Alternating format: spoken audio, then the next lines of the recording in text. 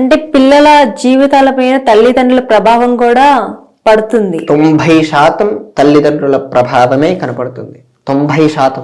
మిగతా 10% సమాజం. ఎందుకంటే ఉదాహరణకు ఇంట్లో తండ్రి గారు రోజు దేవుడికి పూజ చేస్తున్నారు అనుకోండి. అతడు స్నానం చేసిన వెంటనే ఉతికిన బట్టలు వేసుకోవడం, దేవుడికి పూజ చేయటం.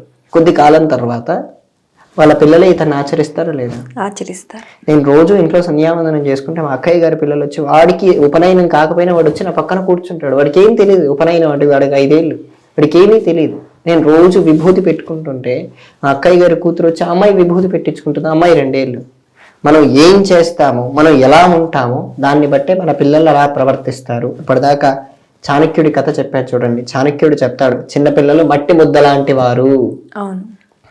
వాళ్ళని మనం ఎలా తీర్చిదిద్దగలిగితే వాళ్ళు అలా తయారవుతారు.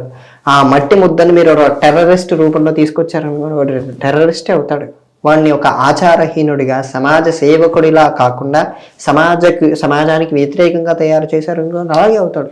మీరు ఎలా తీర్చిద్దాలో అలాగే ఆ మట్టి ముద్ద అలా అవుతుంది.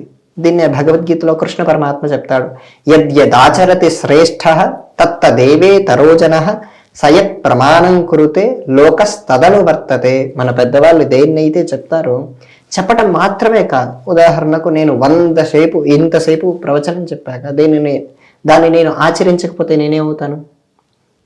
నేను ఇప్పుడు చెప్పాను ఇంతసేపు, దీన్ని చెప్పండి నేను పాటించకపోతే ఏమవుతుంది? వేస్ట్ అయిపోతుంది. అలా ఆచరించే వాళ్ళని ఇన్స్పిరేషన్గా తీసుకోవాలి. మాటల్ని కాదు ఇన్స్పిరేషన్ తీసుకోవాల్సింది, ఆచరణను ఇన్స్పిరేషన్గా తీసుకోవాలి. ప్రవీణ్ గారు, ఇంకోటి ఏంటంటే చాలా మంది ఇంట్లో చాలా సమస్యలు ఉంటాయి. జాబ్ చేస్తున్నా నాకు ఇబ్బంది ఉంది అని చెప్పేవాళ్ళు చాలా మంది ఉంటారు. చాలా మంది చెప్పేది ఏంటంటే దీపం వెలిగించండి దేవుడికి, లేదా ఉప్పు దీపం పెడితే మీకు ఇంట్లో డబ్బులు వచ్చేసేస్తాయి. అసలు మనం ఏమీ చేయకుండా మన సమస్యలు పోవటానికి ఉప్పుతో దీపాలు వెలిగించి పెట్టుకుంటే మనకు డబ్బులు అనేవి ఆటోమేటిక్ ఇంట్లోకి వచ్చేసేస్తాయా? అలా వాళ్ళు కూడా యూట్యూబ్లో చెప్పలేదండి. ఎవరైతే వీడియోలు చేస్తారో వాళ్ళు కూడా చెప్పలేదు. అలాగనే వాళ్ళకి సపోర్ట్ చేయట్లేదు. అలా దీపం వెలిగించడం ద్వారా మంచిదే ఖచ్చితంగా, నేను దాన్ని వ్యతిరేకించట్లేదు. దీపం గురించి వేదంలో చెప్పబడింది, సాజ్యం త్రివర్తి సంయుక్తం వహ్నినా యోజితం ప్రయం అంటే చెప్పబడి ఉంది. అది వెలిగించడం ద్వారా త్రాహిమాన్ నరకాద్ఘోర దివ్య జ్యోతిర్ నమోస్తుతే అనేటువంటి విధానాలు కూడా ఉన్నాయి. అటువంటివి చేయటం ద్వారా, ఉదాహరణకు మీకు చిన్న ఎగ్జాంపుల్ చెప్తాను. పాండవుల దగ్గర 1000 కోట్లు ఉన్నాయి, కానీ ఒక్క జూదంలో మొత్తం పోగొట్టుకొని 14 ఏళ్ళు అరణ్యవాసంలో ఉన్నారు. అరణ్యవాసంలో ఉండమన్నారు చెప్పి ఎక్కడో వాళ్ళు అరణ్యవాసంలో పడుకొని ఉన్నారా? పడుకోలేదు కదా. వాళ్ళు 13 ఏళ్ళు తపస్సు చేశారు. అజ్ఞాతవాసంలో కూడా వాళ్ళు అలాగే ఉన్నారు. అలా వెళ్ళిన తర్వాత చివరికి వాళ్ళ డబ్బులు వాళ్ళకి వచ్చాయా లేదా? వచ్చాయి. అదంతా దేని మీద ఆధారపడింది? వాళ్ళు చేసిన శ్రమ, ప్రయత్నం, ప్రతిదీ. అలా ప్రయత్నం చేస్తూ దైవాన్ని ఎక్కడ నిందించలేదు. నిందించారా? నిందించలేదు. వాళ్ళ ప్రయత్నంలో వాళ్ళు చేస్తూ దైవానుగ్రహం పొందారు. వాళ్ళు అనేక మంది మహర్షుల దగ్గరికి వెళ్ళారు. వాళ్ళు చెప్పినటువంటి ప్రతి దాన్ని ఆచరిస్తూనే వీళ్ళ ప్రయత్నంలో, యుద్ధంలో వీళ్ళు పొందారా లేదా? అలాగే మనం కూడా దీన్ని మన సింప్లిఫై లైఫ్లో చూసుకోవాల్సింది. ఇలా భగవంతుణ్ణి ఆరాధిస్తూనే దీపారాధన చేయడం అనేటువంటిది చాలా చిన్న పని. మీరు ఒక వత్తు వేసి, 3 వత్తులు వేసి నూనె పోసి వెలిగించడం అనేది ఎంత టైం పడుతుంది? ఫ్రాక్షన్ ఆఫ్ సెకండ్స్, అంతే కదండి. ఆ ఫ్రాక్షన్ ఆఫ్ సెకండ్స్ కూడా మనం చేయలేని ఆరాధన కేవలం మానవ ప్రయత్నం మీదే వస్తుందంటారా? రాదని వీరే అనేసారు. అలా మన ఆరాధనా పద్ధతి ఖచ్చితంగా విశ్వాసం అనేది ఉండాలి. మనం ఏది చేస్తున్నాం అనే దాని మీద విశ్వాసం ఉంటే ఖచ్చితంగా మనకు ఏదైనా లభిస్తుంది.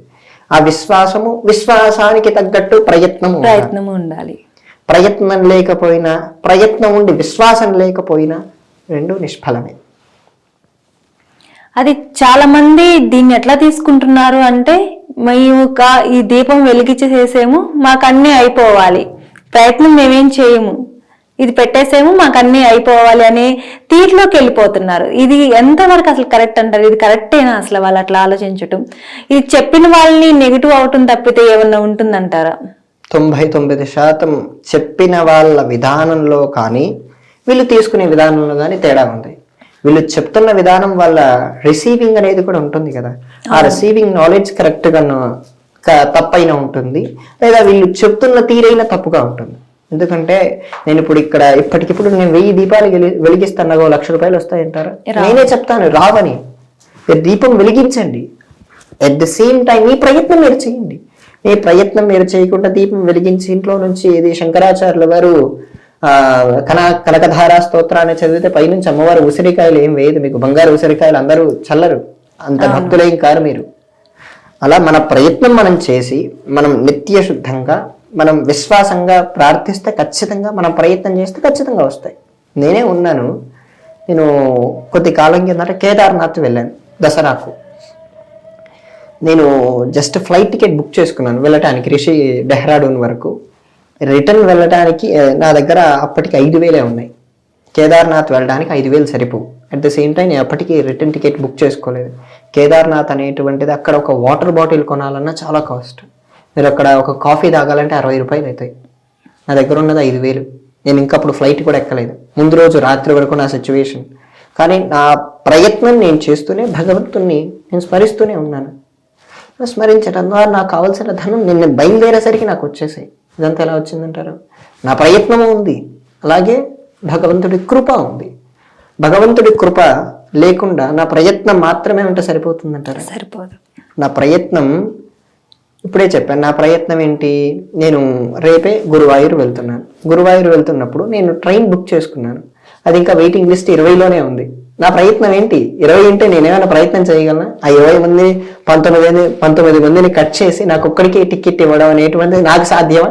సాధ్యం కాదు. అది ఏదో విధంగా జరగాలి. అవును. ఆ జరిగేదాన్ని అనుగ్రహం అంటారు. క్లారిటీ వచ్చిందండి.